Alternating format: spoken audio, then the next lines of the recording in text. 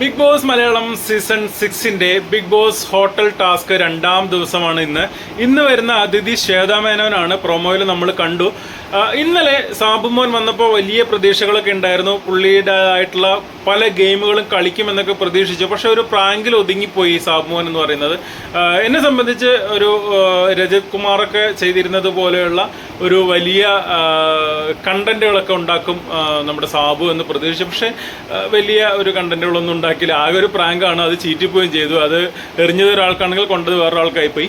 പക്ഷെ ഇന്ന് ശ്വേതാ മേനോൻ വരുന്നുണ്ട്. ശ്വേതാ മേനോൻ പ്രത്യേകത എന്ന് വെച്ചാൽ പുതിയൊരു പവറുമായിട്ടാണ് വരുന്നത്. ഒരു ബോക്സ് കയ്യിലുണ്ട്, പവർ ബോക്സ്. വന്ന ഉടനെ തന്നെ പവർ റൂം വേണമെന്ന് പറയുന്നു. അങ്ങനെ ഒരു വന്ന ഉടനെ തന്നെ അറിയിക്കുന്നുണ്ട് എനിക്ക് ഇവിടെ ഗെയിം കളിക്കണം എന്നുള്ള രീതിയിൽ. കാരണം പവർ റൂമിന് വേണ്ടി വാശി പിടിക്കുമ്പോൾ നമുക്ക് മനസ്സിലാവും അത് കിട്ടില്ല, പവർ റൂം കൊടുക്കില്ല എന്ന് പറഞ്ഞിട്ടുണ്ടല്ലോ. അപ്പോൾ അത് ശ്വേതയ്ക്കും അറിയാം പവർ റൂം കിട്ടില്ല എന്നുള്ളത്. പക്ഷേ അവിടെ ഒരു ഇഷ്യൂ ഉണ്ടാക്കുക എന്ന് മാത്രമായിരുന്നു ശ്വേതയുടെ ഉദ്ദേശം അതിലൂടെ. എന്തായാലും ഡൺ റൂമാണ് തിരഞ്ഞെടുത്തിട്ടുള്ളത്.